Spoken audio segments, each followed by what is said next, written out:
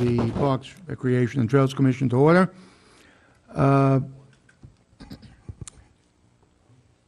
Madam Secretary, would you call the roll, please?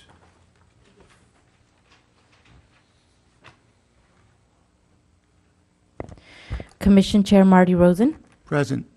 Commission Vice Chair Bill Zimmerman, Commissioner Tom Gidroys, Here. Commissioner Ken Gaunt, and Commissioner Richard Croy. Thank you. Rick, would you please? Surely. You all please join me in the salute to the flag. Ready? Begin. I pledge allegiance to the flag of the United States of America and to the republic for which it stands, one nation, under God, indivisible, with liberty and justice for all. Thank you, Rick.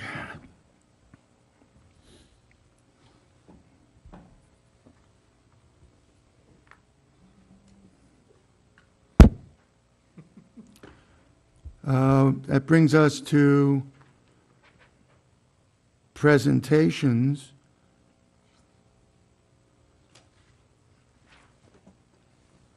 Robert, presentations before the minutes?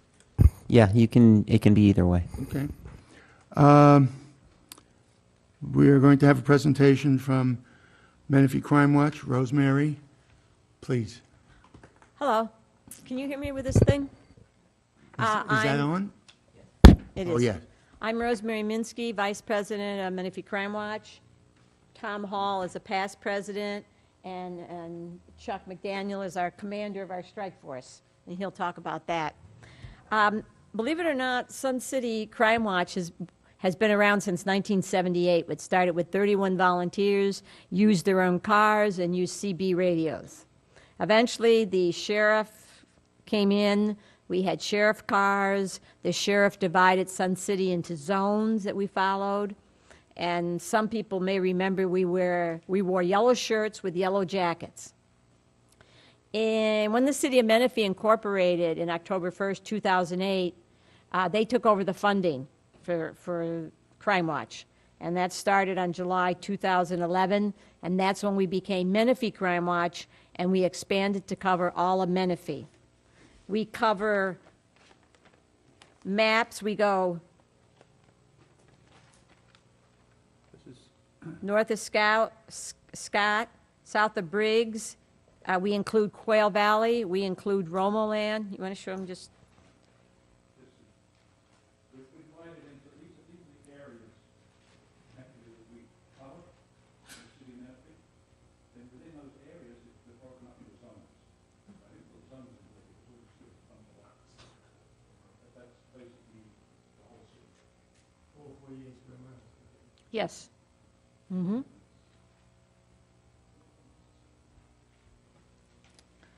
The main purpose of Crime Watch is the eyes and ears of the Sheriff's Department. That's what they consider us. We observe and report if we see problems. We do not get out of the cars. We patrol randomly Monday through Friday, 9 to 9. It's divided up into 3-hour shifts. We usually have 2 patrol cars out, 1 driver, 1 observer, and we have a base operator that checks in every 15 minutes to see where the cars are. If we don't hear from the base operator, we call her, so we have a check and balance system. We also carry radios with us in case something happens to the car radio. So we have 6 patrol cars. We have 6 or 5 right now? 5. We have 5 right now, 5 patrol cars, and we're waiting for number 6. These are old sheriff's patrol cars, so they break down a lot. So our car supervisor keeps rotating them to the sheriff's section to be repaired. So we do have 6 of them.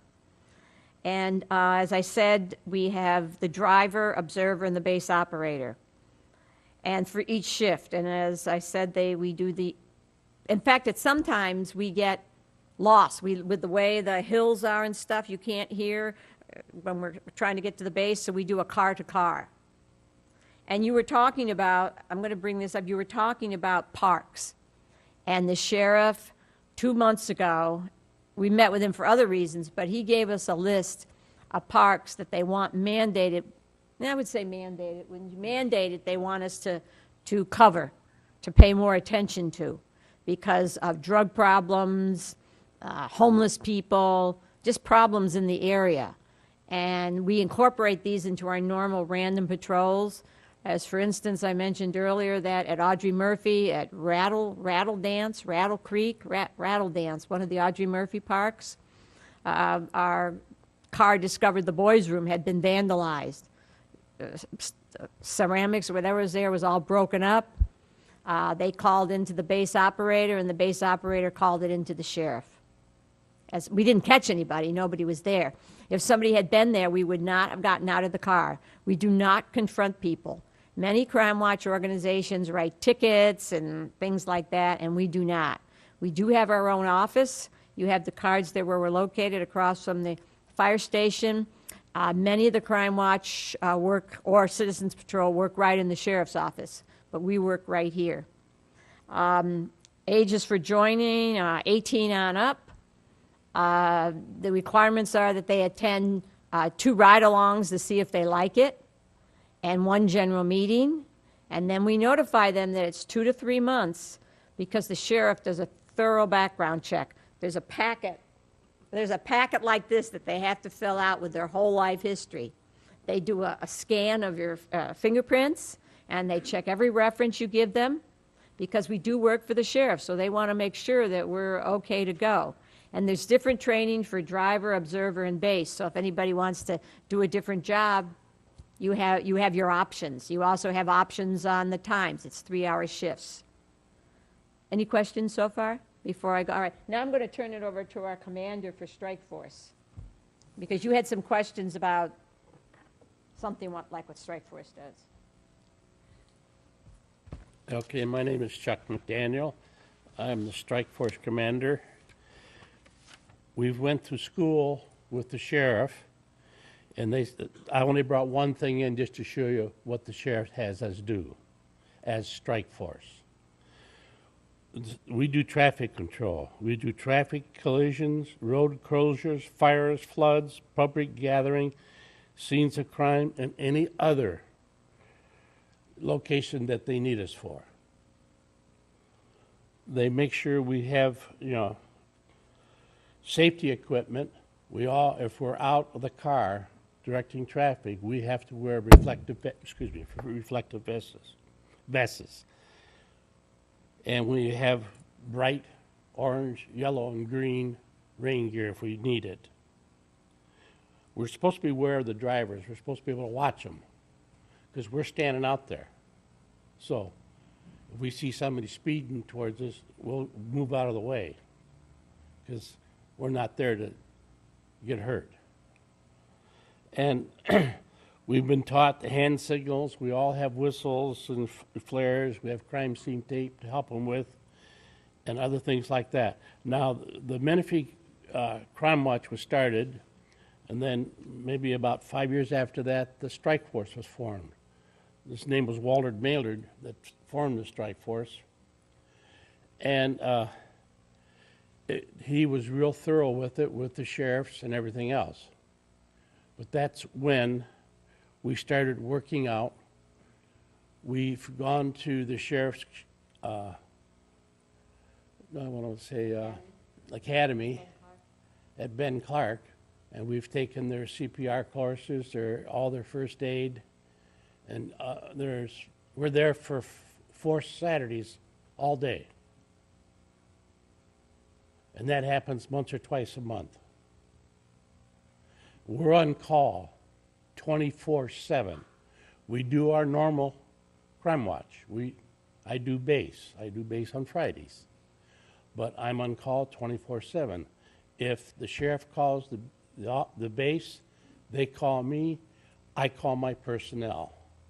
It'll take me approximately a half hour after they call before we're out, because I got to spend time calling them. They got to put it on their uniforms and everything else, because we have a completely different uniform. We have a sheriff's uniform. It's almost like the regular sheriff's uniform, except we don't have dress pants. We have fatigue pants. But other than that, standing out there, The only way you could tell we're not a sheriff because we don't have a gun on. But this is what they want. They want you to be standing out so they can see you, so they'll pay attention to you. Now, the strike force does, a lot of other things. They're too numerous to go over all of them. But that's the main thing that we do. Now, 24/7, these are people that just donate their extra time. And we've been called at 2, 3 o'clock in the morning in bad accidents, fatalities. We're out there. We go out there, and what we do, just to give you a quick idea, is we relieve the regular sheriffs. Where a sheriff's car is, we pull up, we let him go back and do his normal duties. We usually have 2 cars, one at each end of the accident or where it's at, so we're blocking traffic. That allows the sheriff to get out and do more stuff, do their normal stuff. They're not tied up because on a fatality, it's about 6 hours that we're there. So it's a dedicated people that want to do this. And if you have any questions, I'm be glad to answer. Yes, first of all, I'd like to thank you guys. I've seen you guys in action out there, and I really appreciate your service to the community. It's a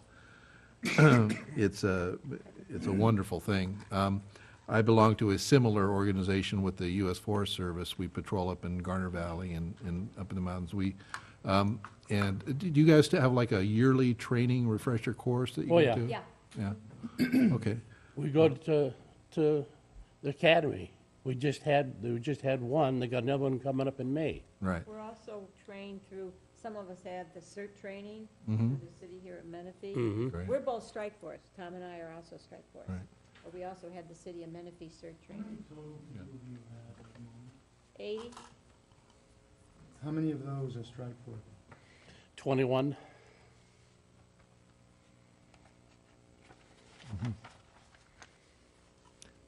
My other question is we have a particular issue that we've been dealing with at Pete Peterson Park with, and I'm sure you've heard about it. Is there some way we can work on some coordination and maybe get them to patrol over there? That would be a great help. I have already spoken that possibility. Their problem is that they don't have enough people. And I would recommend that we, excuse me, that we try to get them some more people so that they can do just what we need to do. Now, we do patrol the parks. We don't do every park, but the sheriff gave us 5 that he said there were problems at. We try to hit those. Audrey Murphy was one of them. Now, you said your hours were from 9 to 9? 9 in the morning to 9 at night. Okay, because Pete Peterson, we were talking about early morning problems, like 7, things like that, unless a volunteer would be We've willing. never started that early. Like I said, we used to have 9 to 12. We right now do not have enough people to do 9 to 12. I used to do 9 to 12. Did you ever do 9 to 12? I did 9 to 12. I like 9 to 12, midnight. But unfortunately, we just don't have the staff right now, or the volunteers, I should say.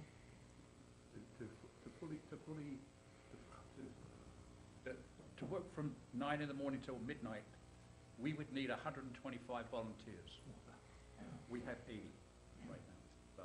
And we used to have that many, Well, didn't we we? used to, when I was 110? president, we ran between 90 and 100, just a little over 100. But at one time they did, one time they did.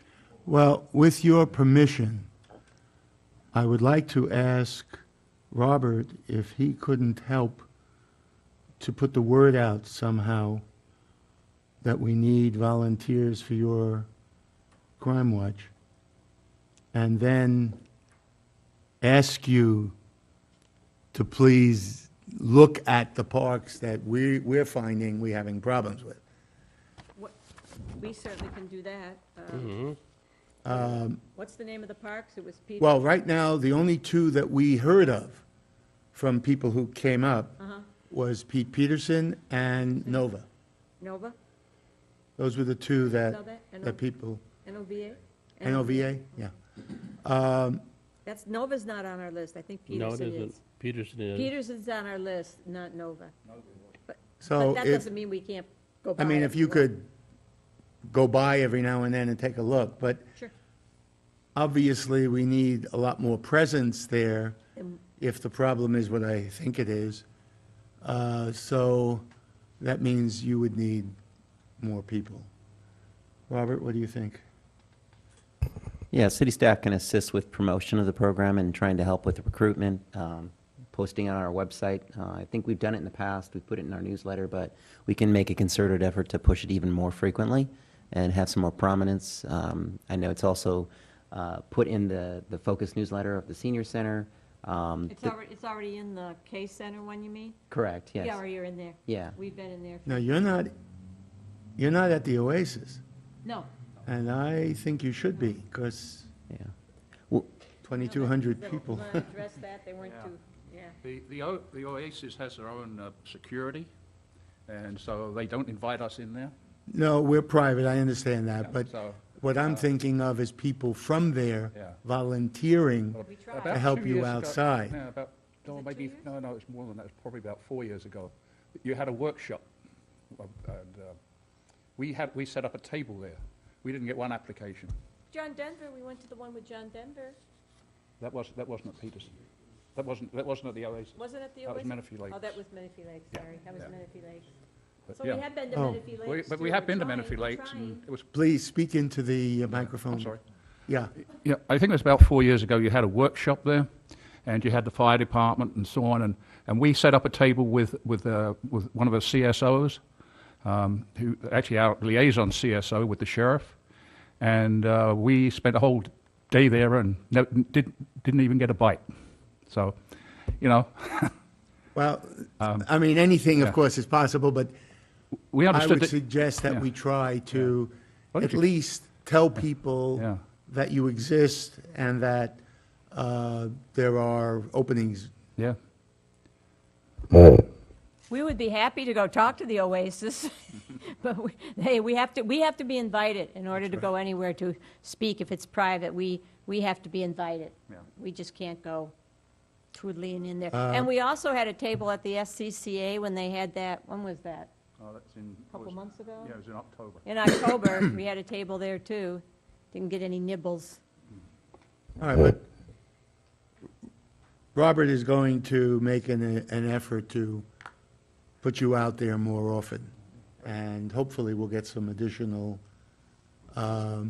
people trying to join you. And also, we'll give you an idea of where we know there are Okay. problems, so if you could please periodically, swing around there. We could, well, for instance, if we know, let's say at the Nova Park, and we're in that area, we could go by it 2 or 3 times, when we're in that particular zone to check it out on a random basis. That'd be appreciated. That would be greatly appreciated. Thank you. Thank you. Robert, you have my phone number. Any further information about this? No? Then let us go to item 5, approval of the minutes of February 26. Motion to approve.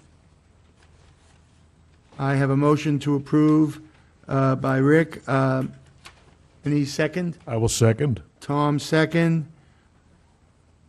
Any further discussion? All in favor? Aye. Opposed? Approved unanimously.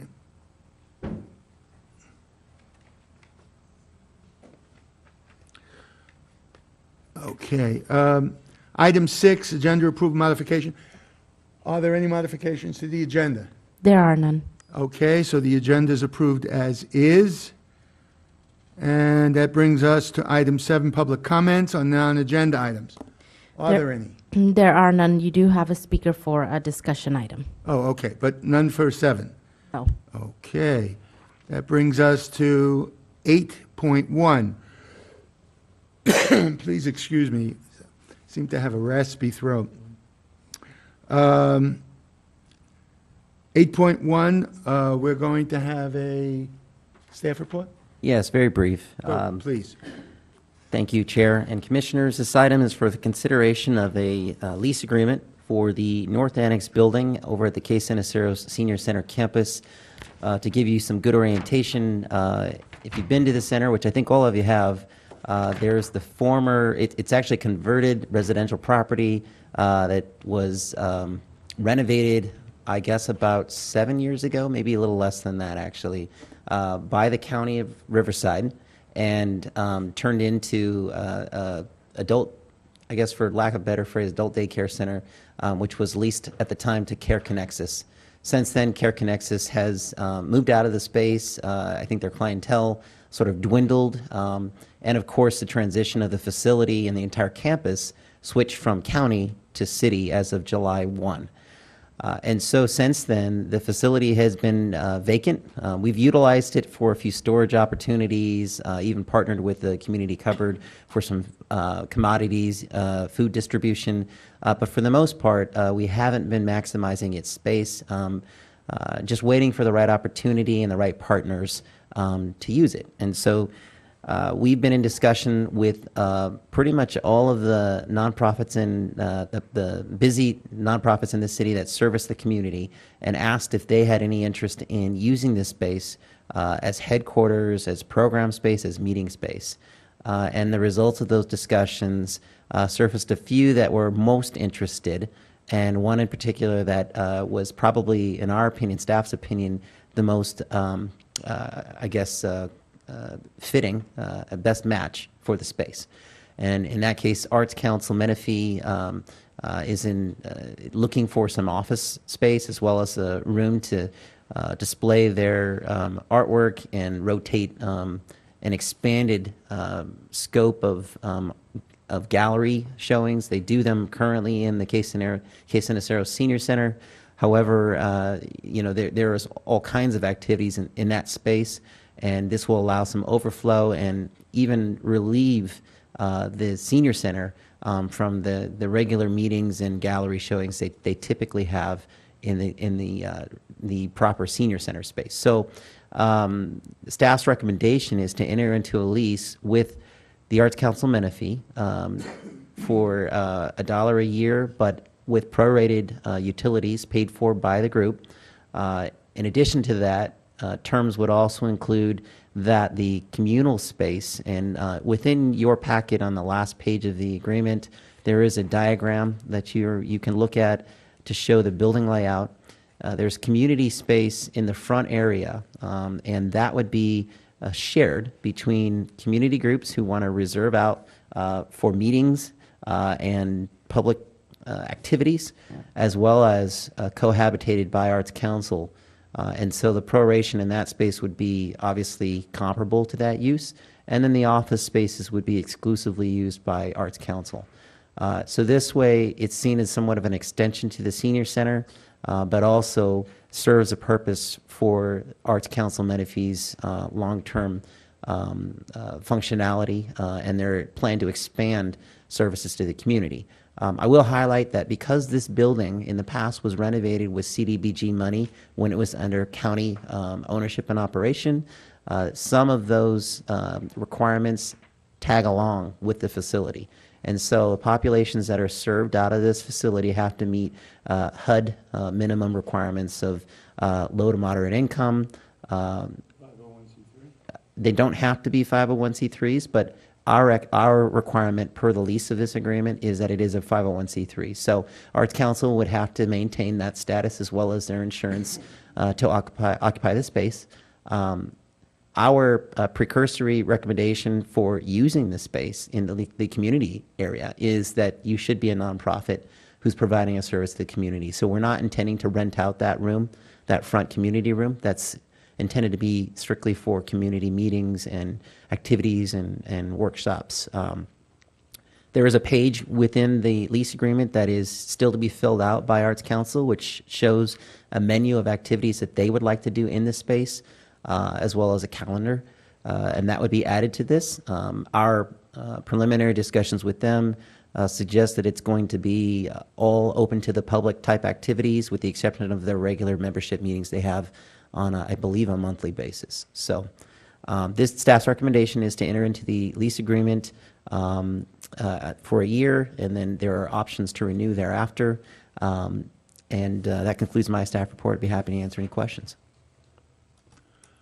Any further? Yeah, I just have a quick question. I just want to make sure, so there will be opportunities available if somebody comes along and there's an opening to utilize that space Yes, and yeah, and I'll underscore again, we are not looking to rent out that community as space. a main purpose. Correct. But if it comes, it's available. Yeah, and the benefit of this too is that it's going to alleviate some of the use that's currently going on in the senior center. They tend to be stacked up, with groups that want to come in, whether they're Rotary or Arts Council or others. This will help alleviate that. Good. Any further questions or statements? Tom? I was just thinking, all right, they have a possibility of renewing for 2 more years, is that what I'm saying? But yearly. On a year over. Correct. So Yeah. if another group came along, say, that was also equally qualified or better qualified, they might have the opportunity to also go to the city and say, I'd like to have it instead? Correct. Yes. Okay, I just Yeah, want to and- make sure that was in there. And I have to impress upon the commission how much time staff spent in vetting this out with every organization we could to make sure they were all very comfortable. Because we know, real estate is a premium, and we want it to be fair and equitable, so. Well, that's my question, thank you. Anything else? In that case, I'm open for a motion to accept the lease agreement, 1 year at $1 plus utility part of the utilities for the Arts Council. I will, I'll make that motion. Okay, so motion by Rick. Any second? I will second. Second by Tom. Any further discussion? Hearing none, all in favor? Aye. Opposed? Approved unanimously.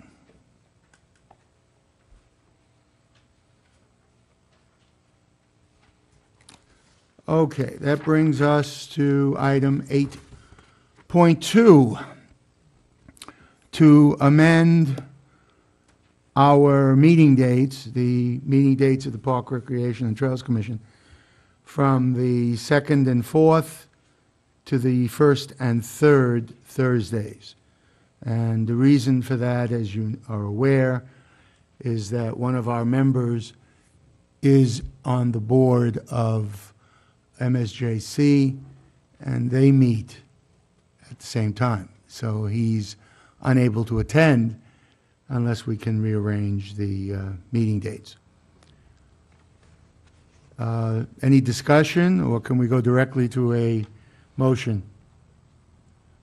Hearing no discussion, can I have a motion? So moved. Motion by Tom, second by? I'll second. Second by Rick. Any further discussion? Hearing none, all in favor? Aye. Opposed? Okay, approved unanimous.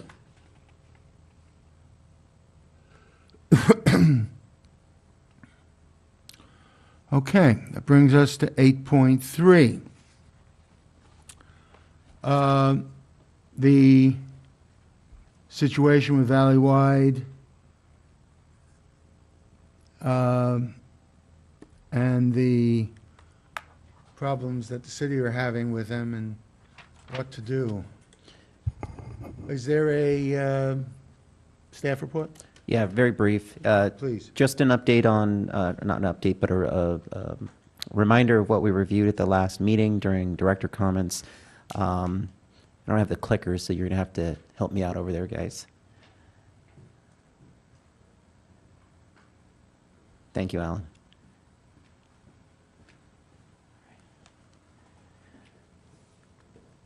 Just as a reminder, the finances to date, and when I say to date, bear in mind it goes through the end of, well, as of 2/26, which will reflect through the end of January, because the closeout is the end of the following month. And as you can see, the original contract amount on the base contract was $738,000. To date, we're about 50% through that, and of course, this is at the mid-year, so that's on track to be expending the full amount through June 30th. On the next table below that is for the additional services agreement. This was the $100,000 extra for the miscellaneous work that was not included in the base. And to date, work requests that have been approved by the city total about $60,000. Now, the difference between the amount of approved requests and the amount of invoiced ones are essentially what work's been done and invoice sent to us to pay. And so that's the difference between those. If you consider the $60,000 through mid-year, essentially issues come up in these parks all the time. Irrigation breaks, graffiti occurs. As you heard the Crime Watch representatives mention, you know, drywall in a restroom gets damaged. Those are all expenses that essentially hit the additional work contract. And so if we were to try to apply some amortized schedule to this, it's likely we would be over the $100,000 come June 30th, just because of the frequency and the nature of the business we're in. So this is just a snapshot of that. So some of the compliance issues that we mentioned at the last meeting include the accuracy and timeliness of billing. Monthly, Margarita is typically working with their finance personnel to try and rectify any discrepancies. Often we'll find that some line items within the contract are billed beyond what the balance or available budget is for them, and so we have to go back and repair those and swap money around. The reason why that's important, and probably what isn't understood often, is that the department is funded through a number of sources, not just general fund. In fact, it's minimal on the general fund. It comes from CSA funding, which is Special Tax District, CFD, which is some of the newer Special Tax District sources within the city, and there's actually a couple of CSAs. And so there's a balance, and so we have to make sure that expenditures are applied to the correct funds from which they originate. Otherwise, there would be sort of a disproportionate amount of money spent in one area when really the taxpayers' dollars are coming from another. So online registration is still a challenge. Obviously, a resident sitting at home does not have the ability to log on from their home computer and register for a class at a center right now. They would have to come into a center and do over-the-counter in order to accomplish that. And so staff's been consistently inquiring with Valleywide about how that can be achieved. We've been told it can be achieved. We just aren't there yet. It's not occurring. Conversely, though, at the beginning of the contract, staff did present the opportunity to use the city's system, which is called ActiveNet, and which does allow for that, and it is set up for that right now. The Valleywide solution is called Rec One. Contract classes is a challenge because there are a number of courses that are currently offered at both facilities, primarily at Case Ceniceros, that don't operate with a instructor agreement. So you'll have a third-party teacher that comes in to teach a class, and they don't currently have any legal agreement in place to offer those services. So it really exposes and leaves vulnerable the city as well as Valleywide in case something were to happen. And it doesn't describe in writing what the revenue share should be when that instructor collects fees for services rendered. So one example is we have a Jerry Fit instructor over at Case Ceniceros who'd been operating since probably before the city even took the facility, and even in the county days, the rules were a little looser, but having to deal with or having to comply with city cash handling and procurement processes, we have to make sure all of that stuff is on above board and on record in writing. And so the city did push to have that instructor in particular become contracted. And there was a lot of delay, several meetings, and it still didn't get resolved. And so as of about a month ago, the city stepped in and worked directly with the instructor to execute the agreement, which really is something we would encourage Valleywide to do on our behalf as a service. There's still other issues. We believe there are other contractors in the space providing services without contracts. And so we're not sure what revenue is gross versus, possibly a net deposit to us after the instructor's taken their share. I mean, these are big question marks that we have to clarify on a pretty much a weekly basis. Facility reservations, some of this has been resolved, although it's still an ongoing issue, is when when a patron goes to a park and wants to have, say, a picnic or a birthday party celebration, typically they would rent out that facility. They would rent out a shelter. And that's exactly what was approved in the fee resolution before council at the beginning of the fiscal year. In the beginning of the contract, though, a lot of those patrons, those residents, were being referred to City Hall to conduct their reservation process, when in reality, a part of the contract is for Valleywide to provide that service. So we had reached out to staff and gone through the process, and think we have a hold on that now. As reservation requests come in, they can do them at the sites. But even that was a bit of a challenge, and then getting it into the Rec One system so that we could see it real time and be able to know when is something rented out, when is it still available, because that's critical. Ball field allocations, it's come to our attention recently that some of the user groups may not be quite so happy with the way things are being allocated. We don't know that for certain. We are asking for an audit of the allocation process for the current season of play. As you know, Little League just started, Pony, ASA, all those groups.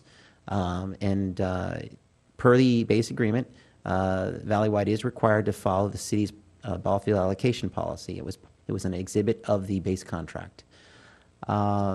Reporting, I did put on the dais for you a copy of the two recreation program reports that we've received to date. One of them certainly which was the first one, was a bit thin. The next one was certainly more comprehensive. The concern that staff has had is that the agreement requires them to provide these on a monthly basis, and we weren't getting those. And so we are certainly happy to receive the latest one, although we would have liked to have seen these on a monthly basis. So licensing and certifications, as I mentioned at the last meeting, there are certain requirements on the maintenance side that are very important. Whenever you're going to apply pesticides on site in a public facility, whenever you're going to apply any pest control for rodents or insects or weeds, you have to have an applicator license. And so we had asked for that on a few occasions, hadn't received it, and then just recently, after the last time the commission met and I provided the update, we did then receive it via email. Movie licensing, we understand at the senior center currently movies are being offered and even charged for admission for folks to go see those. We don't have an issue with that. We think that's a great opportunity. There is a concern, though, that it exposes the city as well as Valleywide to additional liability because those screenings require licensing. We have a movie series that we do every year during the summer. Alan's the lucky staffer who gets to organize those, and they are free. They're fully subsidized to the public. The issue, though, is that we have to pay anywhere from $300 to $450 per movie to have the benefit of the license to show it. And if we don't, we face a very stiff fine if we don't. And so we've asked this question of Valleywide and have not received an answer to date, even though they consistently are advertising it. So, and then finally, employee record keeping. This is a sort of non-negotiable. Part of the base agreement does require them to submit records of employees, live scan, background checks, their clearances to ensure everyone that is employed through their organization is clear, just like every city employee is. Anytime you're going to interact with the public, you have to ensure that all your employees meet the minimum requirement. And so we don't have that list yet, even though their contract requires it. And so that's a long time to go without it. But these are the major points, and just a summary of it.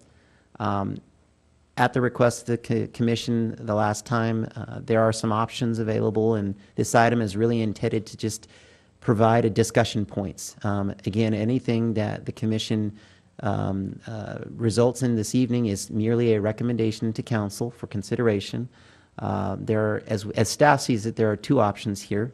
You may see more, and that can be discussed as well. The first is a contract termination, and that could result in two options. One is either a rebidding of services, or I guess transferring those responsibilities to in-house, meaning city staff to complete. In the case of a termination, though, you're looking at a 180-day notice. Essentially, you tell them, we don't need your services anymore. It has to go 180 days before a replacement service can come into play, per what the base agreement currently says. The second option is to keep things status quo and to continue and coordinate these issues with the district and resolve them on an ongoing and go-forward basis. Currently, the contract is written to have a renewal at the end of the year by mutual agreement. And so, that would come into play, obviously. If there was a termination, obviously, there would be some renewal only into a portion of that 180-day period. These are what staff believes are the options available to you. I have just a couple of questions. First, Margarita, could I please get a copy of what was on here as soon as you can? For everybody. Second, when did the contract begin? July 1. So, July, August, September, October, November, December, January, February. We're in the 9th month.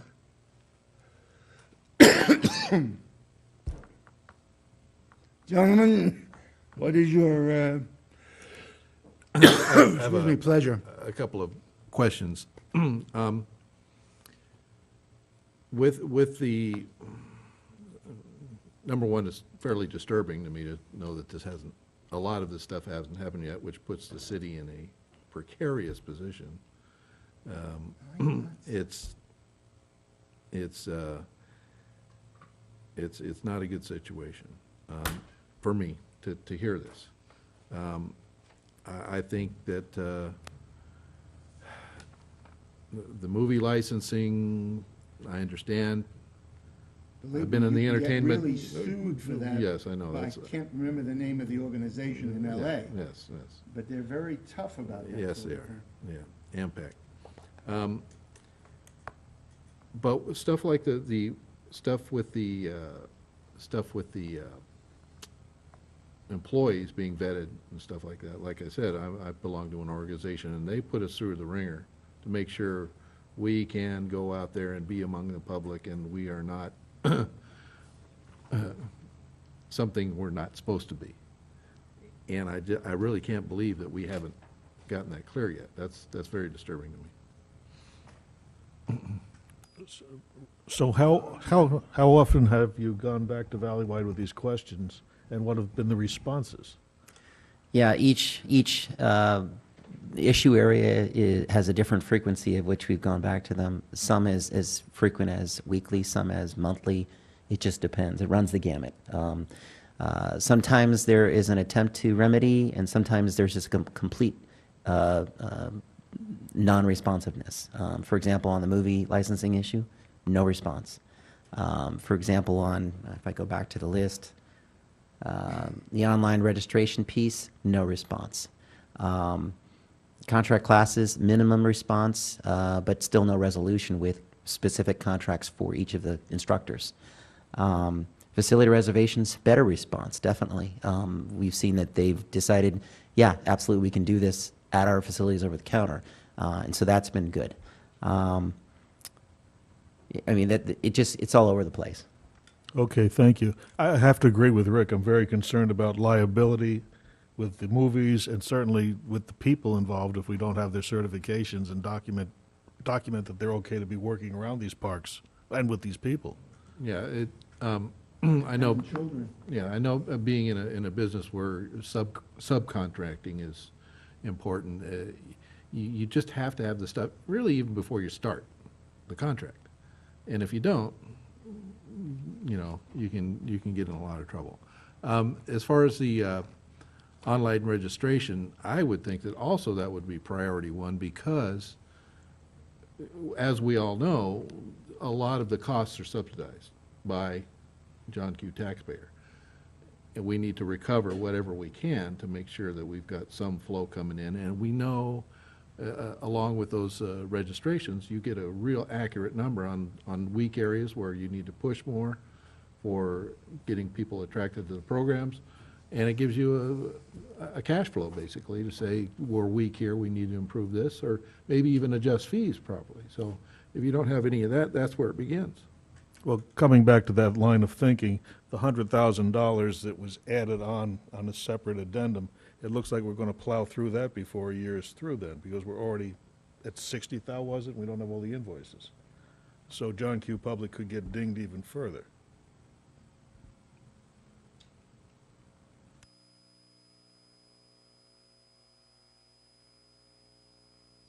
Yes. Okay, I'm going to open what do you call that, the open? Yeah, I'm going to open up public speakers portion at, what time is it? 6:49, and Maria, who is our first speaker? Matthew Duarte.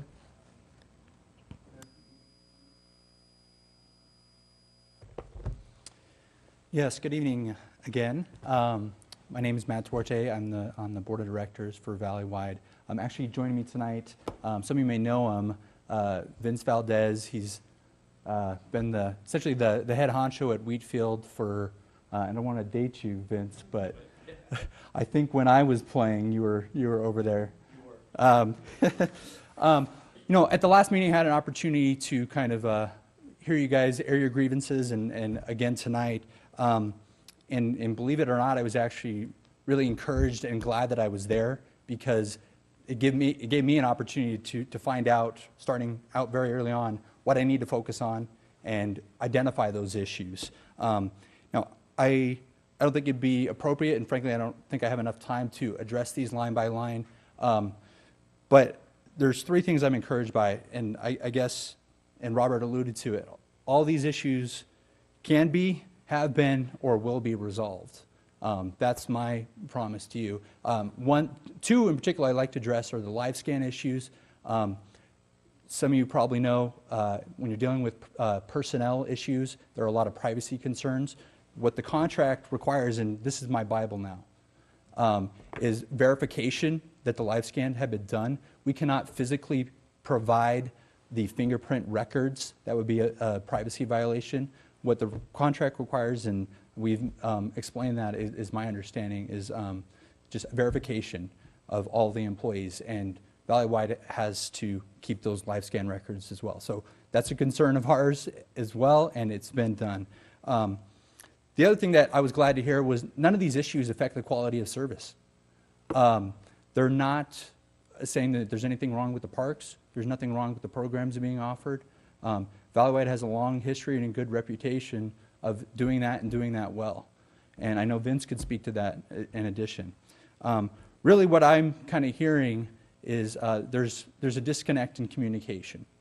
And that's why, it's kind of serendipitous that I was appointed at this time, because I think I'm in a position to address that. And what I wanted to recommend to the commission was maybe if we could set up some type of like joint committee where a commissioner and someone from the board of directors with Valleywide, along with staff for the city and staff for Valleywide, we could meet maybe like a quarterly basis, identify these issues and get them resolved, because that's what I want to do is if there are issues, get them resolved. And, you know, and Robert alluded to it, less than a year ago, the council sat in the same chairs that you guys are sitting in.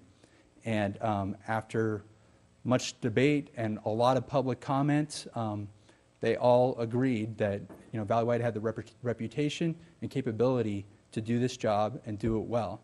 And nothing's changed.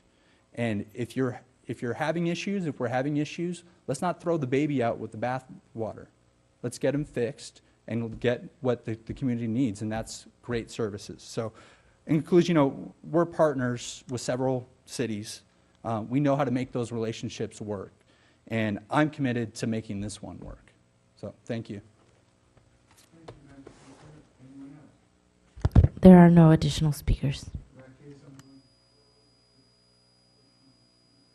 It's not a public hearing, so it just public speakers, yeah.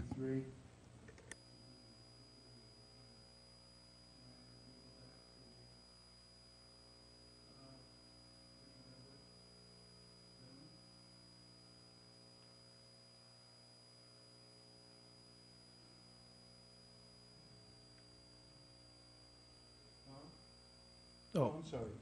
Ken, did you want to say something? No, I was just going to say, I think time will work things out. Let's give it a little more time. We've definitely got some problems, but I think we have a representative here tonight that is dedicated to help us overcome these problems, and I think it's overcomable, so I don't think we have to be in a rush. The concern that the council, I believe, will have is whether or not to renew the contract.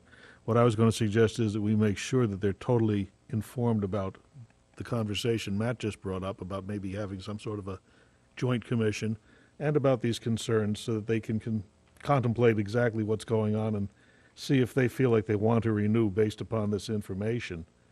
And then, I don't know, how long would it take for you to give them a presentation? Would it be next meeting, the meeting after? To give council a presentation? Bring them up to speed.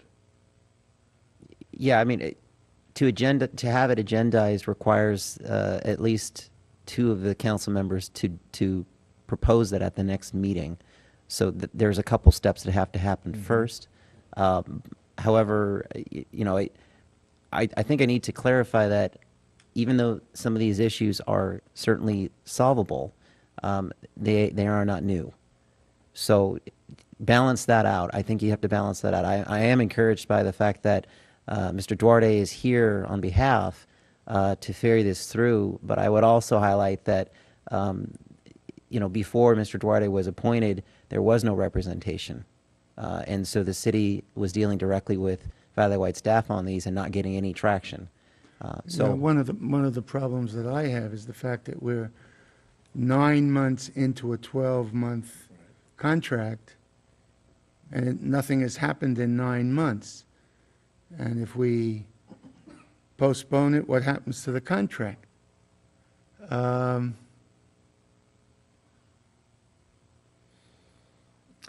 think that what we're going to need to do is recommend to the city council that they rebid it. And if they want to set up a different arrangement with Valleywide for next year, they can do that with some subcommittee or whatever, you know, whatever they wish to do. But my concern is the fact that 9 months have passed and we have all of those issues that haven't been resolved. So that's why I would go to a rebidding. You have a point. Where I was going with this was that they need to know the backstory so we can make a recommendation to them. And in that sense, I would agree.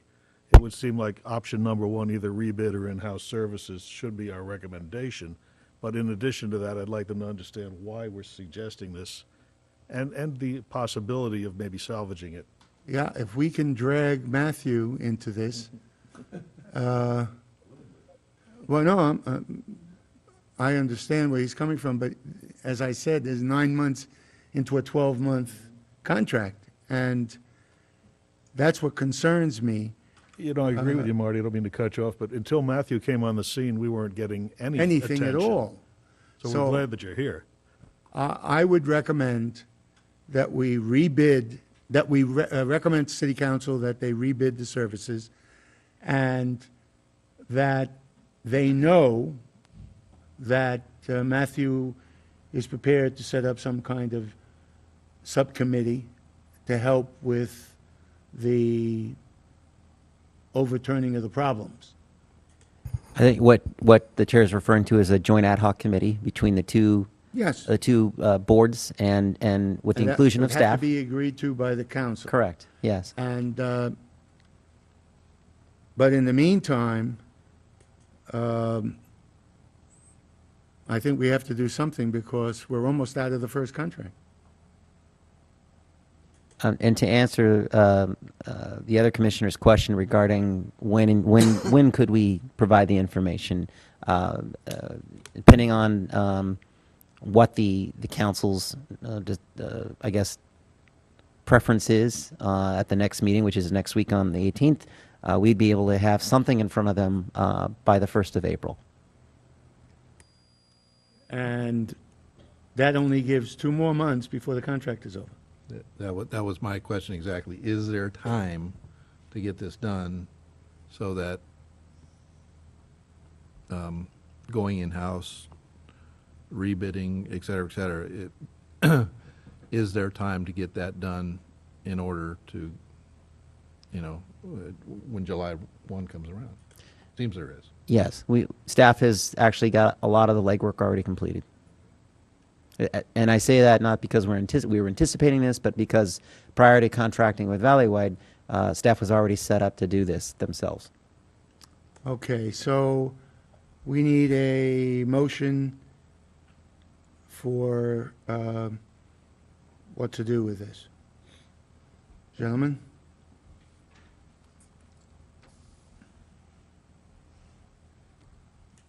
You want me to?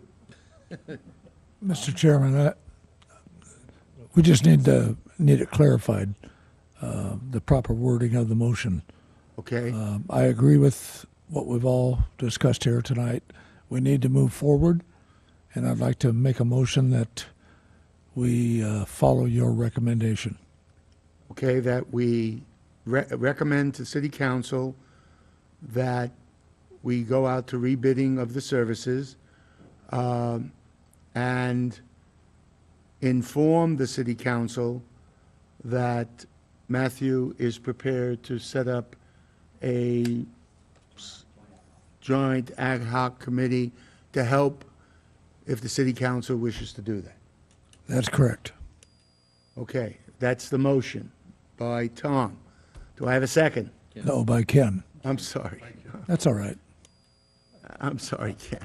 Will the motion have included in it then that they will receive the information that Robert's given us? Yes.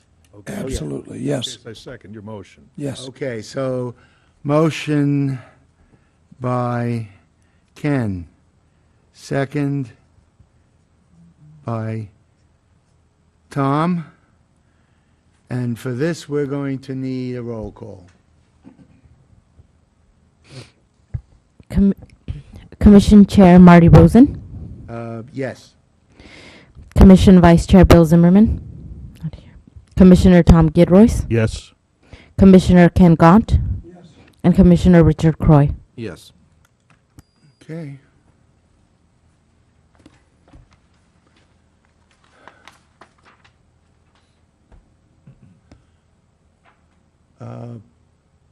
Margarita, can you get me this before we leave? Yeah, we'll make sure you guys get copies of You're it. right, thank you. That brings us to item 9. These are standing items as part of my comments. Some of them, you've received the update for the month, so I will gloss over them. But for item 9.1, the master plan update, as you all are aware, I've been sending out emails fast and furious. We do have stakeholder interviews scheduled for March 19th, and I'm glad every one of you is available for those. They're very critical. And so we'll look forward to seeing you here. In addition to that, though, on March 30th, and I think staff's going to flash up a flyer for March 30th, maybe? Perfect. The first community workshop is scheduled at 6 p.m. over at the K. Siniceros Center. This particular workshop is going to really focus on the community needs assessment in general terms. So, community, what is it that you would like to see in this city? It's the first general question, and see where people start going with it. We've started distributing this as early as, I think, yesterday, and so we're going to be hitting a lot of places to try to get as many people to come as possible. It would be great to see at least 70 people in the senior center. If we get more than that, it would be ecstatic. I would highlight that RGM, who's done a number of these, a consultant, are very skilled and prepared to handle large crowds, and they have a very tactical way of breaking down groups so that they each get their input heard in a large setting. They sort of do breakout groups and then compile all their information for everybody to see. So it's a pretty fun session to go through. So 6 o'clock, March 30th, Monday at K. Siniceros Center.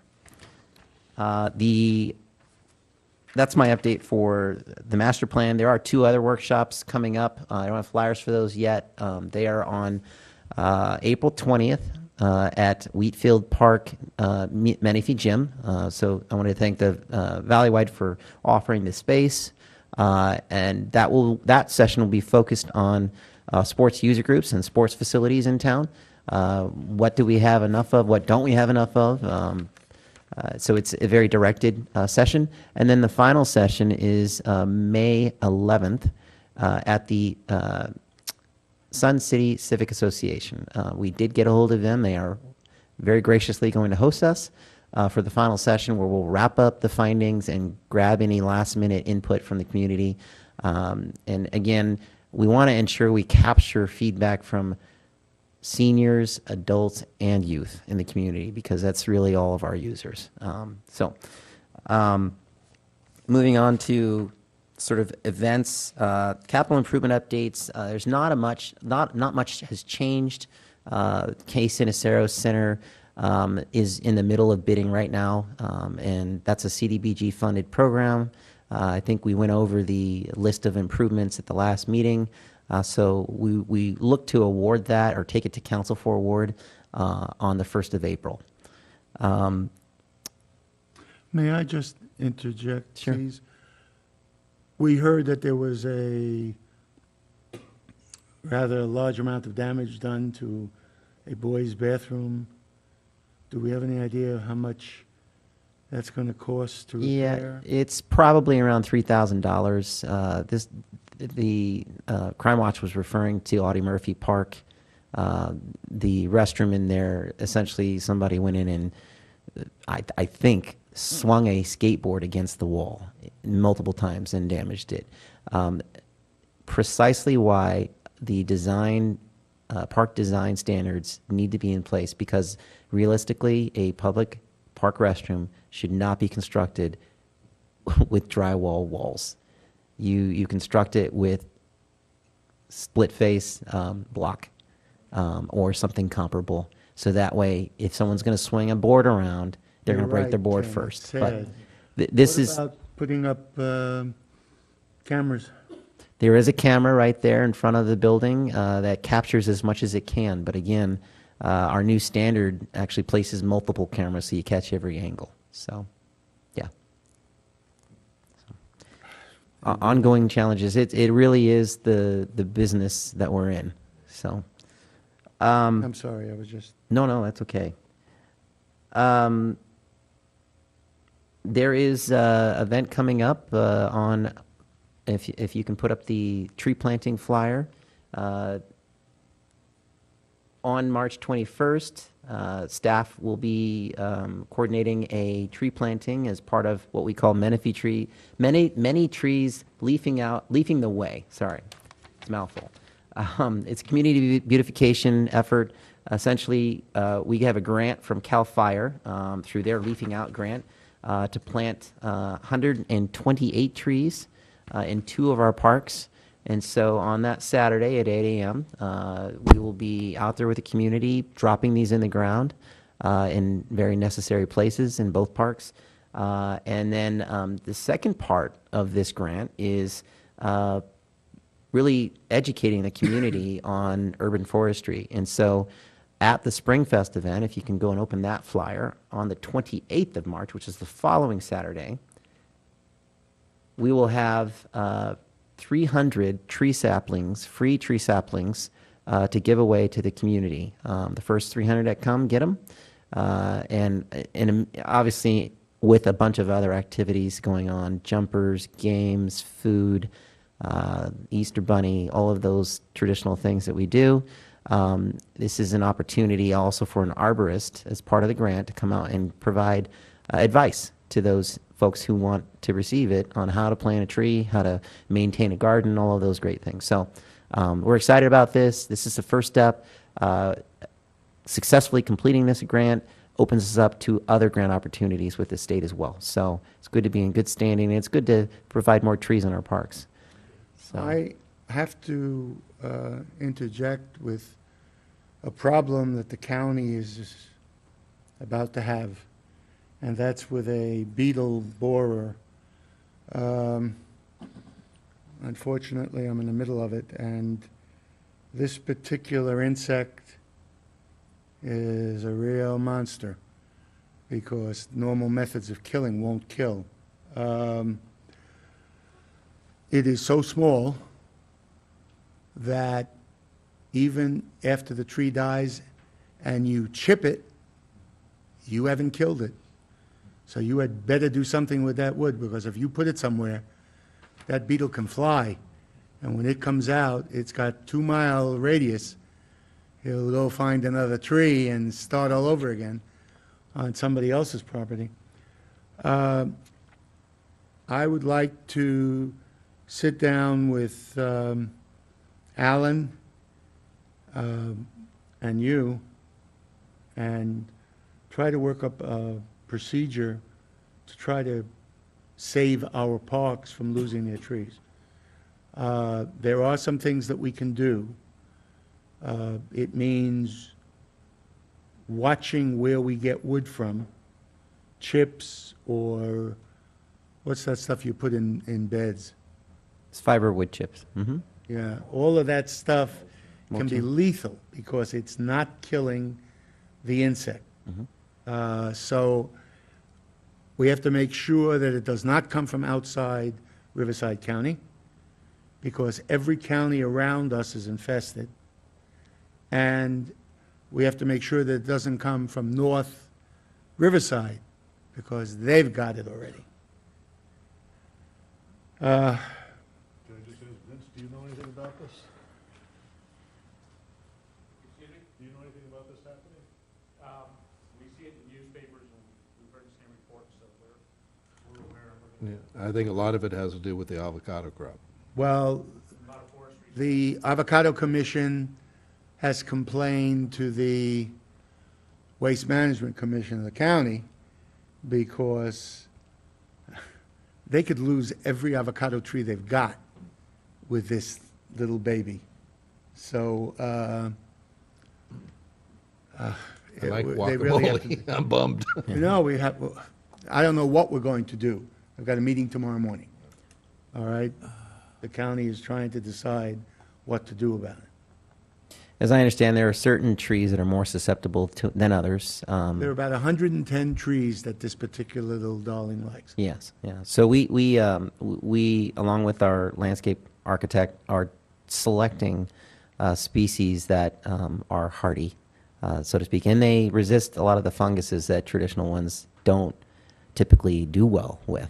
So there's some precise method to this, especially even within our park design standards and our tree Just preservation watch where ordinance. you So.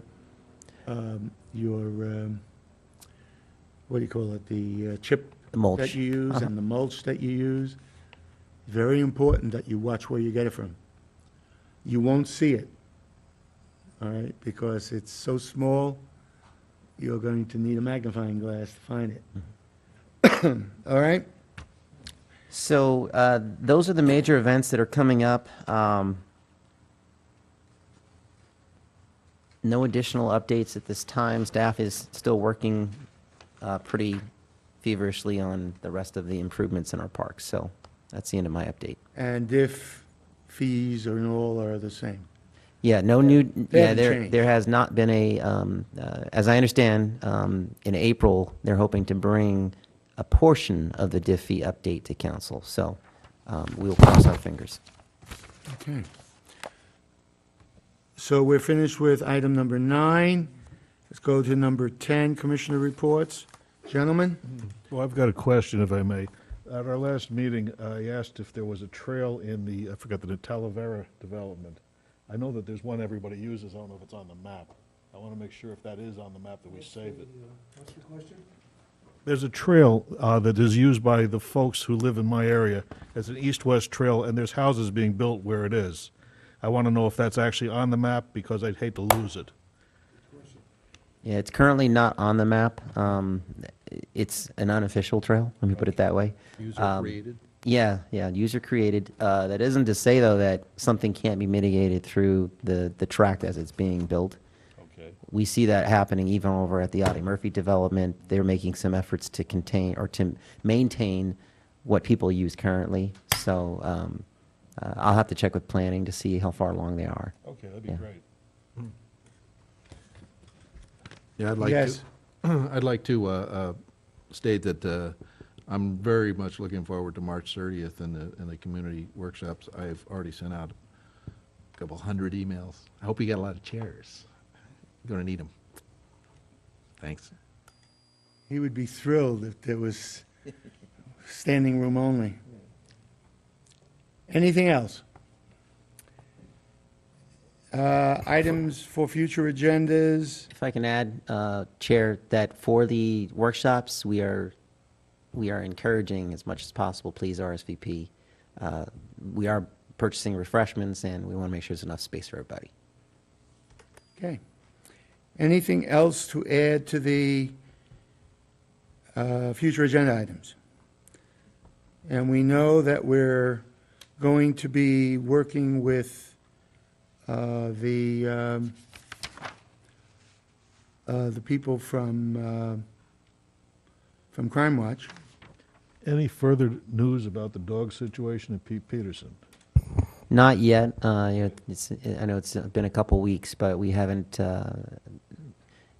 We understand the enforcement is really the challenge, and getting code enforcement some relief, because if you look at the personnel in that department, there's 3 officers for 46 square miles, and there's just a lot. And then our animal services contract right now is being reviewed, so there may be some maneuvering as we move forward. But we're certainly aware of it, sensitive to it, and trying to work toward it. So. Okay. Matter of allocating those resources. Anything else? Hearing none, how about a motion to adjourn? Gentlemen, Motion to adjourn. second? Second by Tom. We are adjourned. 7:16.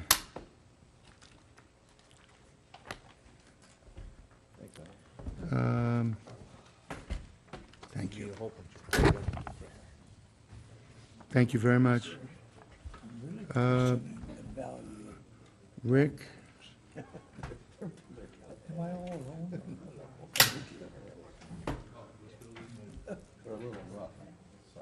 I went to one of the other